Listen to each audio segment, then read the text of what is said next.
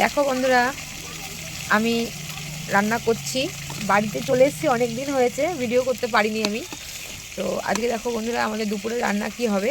শার্টিং মাছ, এই মাছটা কিন্তু শার্টিং মাছ, এটা কিন্তু খেতে খুব ভালো লাগে। তো এই মাছটা আমি আজকে কাঠের জালে রান্না করছি। দেখো কয়েক পিস এখানে ভাজা বসিয়ে দিয়েছি, আর এখানে এই কয়েক পিস আছে। এটা কিন্তু আমি আলু দিয়ে ফুলকপি দিয়ে, এই দেখো আলু দিয়ে ফুলকপি দিয়ে আর 2-3টে সিম দিয়ে ঝোল করব। তোমাদের সঙ্গে সবটাই শেয়ার করব। দেখো কাঠের জালে কি সুন্দর ভাজা হচ্ছে। আমার এক পাশ আগেই উল্টে দিয়েছি, আর এই পাশটাও হয়ে গেছে। এখন আমি তুলে নেব, তারপরে তোমাদের দেখাবো আমি মাছটা কীভাবে রান্না করি। লাস্ট 2 পিস মাছ আছে, সেটা ভাজলাম, কারণ একসাথে সব কটা মাছ ভাজা যাচ্ছে না। দুটো দুটো করে ভাজলাম। প্রথমে তো একটু বেশি করে ভাজলাম, 3টে, আর এখন আমি 2টো করে ভাজলাম। ভাজা হয়ে গেছে আমার ব্যাস এই 2 পিসই আছে। লাস্ট 2 পিস করে ভাজলাম আমি। আর রান্নাটা হচ্ছে কাঠে কিন্তু, দেখো। আর শীতের দিনে কিন্তু এরকম মাছ খেতে ভালো লাগে। আর এটা কিন্তু সামুদ্রিক মাছ। এইসব মাছ কিন্তু বেশিরভাগই কাঁচা টমেটো দিয়ে ঝাল বা ফুলকপি দিয়ে ঝোল এরকম করলে ভালো লাগে। তো আমি আজকে কাঁচা টমেটো দিয়ে করছি না, আমি আজকে ফুলকপি দিয়ে ঝোলই করব। তোমাদের দেখাচ্ছি, দেখো বন্ধুরা। এই যে হয়ে গেছে সব মাছ ভাজা। এবার আমি ঝোল বসাবো। এই মাছ ভাজা তেলেই আমি ঝোল বসাবো। আর একটু সামান্য তেল দেবো, অনেকটাই তেল আছে, আর একটু তেল দিলাম। এবার আমি এটাতে জিরে ফোড়ন দেবো। এক হাতে ফোন আর এক হাতে সব কিছু করছি, একটু অসুবিধা হচ্ছে বন্ধুরা। দেখো এবার আমি জিরে ফোড়ন দিয়ে দিলাম। জিরেটা একটু ভালোভাবে পুড়ে আসবে, গন্ধটা বেরোবে, তারপরে আলুগুলো ছেড়ে দিচ্ছি। আলুগুলো একটু ভেজে নেব, তারপরে ফুলকপি দেবো। আর আমি কিন্তু ফুলকপি এখানে আজকে আলাদা করে সিদ্ধ করে নিইনি, একদমই একসাথেই দেবো। কেননা সিদ্ধ করে মাছের ঝোলের সাথে করলে না ফুলকপিগুলো একদম ভেঙে যায়।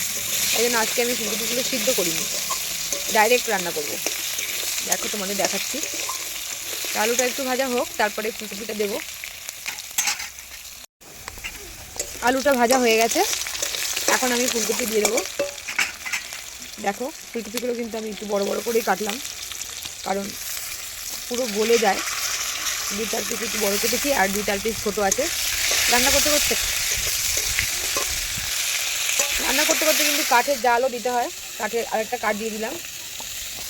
আর কাঠের জালের ধোয়ার মধ্যে একটু কথা আটকে যাচ্ছে আমার। এবার আমি একটু পরেই আমি বাকি যে সবজি কেটেছি, এই যে সিম, এটাও দিয়ে দিলাম। সব কিছু দিয়েই তারপরে আমি হলুদ নুন মশলা দিয়ে কষাবো।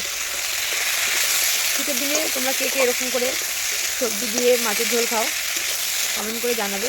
আর আমার ভিডিওটা কেমন লাগলো সেটাও কিন্তু অবশ্যই কমেন্ট করবে। তো এখন আমি এর মধ্যে একটু ভাজা হোক, তারপরে আমি নুন মশলা যা যা দেওয়া সবই দেবো। একটু টাইম দিচ্ছি ভাজা হতে।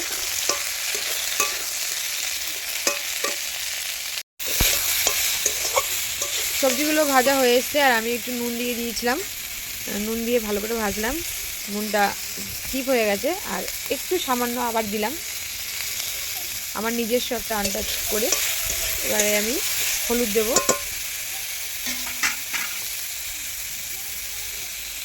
হলুদটাও দিয়ে দিলাম। হলুদটা দিয়ে কিছু সময় একটু ভাজবো। একটু ভাজা ভাজা হবে, তারপরে অন্য মশলা দেব।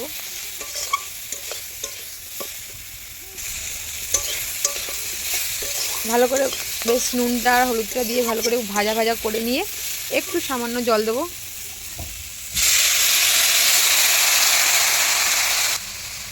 কারণটা হচ্ছে কাঠের জালে রান্না করছি, আর প্রচণ্ড আগুন উঠেছে। দেখো চারদিক থেকে অনেকটাই আগুন উঠে গেছে। আর এখন মশলা দেবো, লঙ্কার গুঁড়ো, জিরের গুঁড়ো। এগুলো যদি পুড়ে যায় তাহলে খেতে ভালো লাগবে না। দেখো প্রচণ্ড আগুনটা ভালোভাবে ধরেছে। এখন আমি লঙ্কার গুঁড়ো দিয়ে দিলাম, যেটুকু ছিল আমার কাছে সবটাই দিলাম।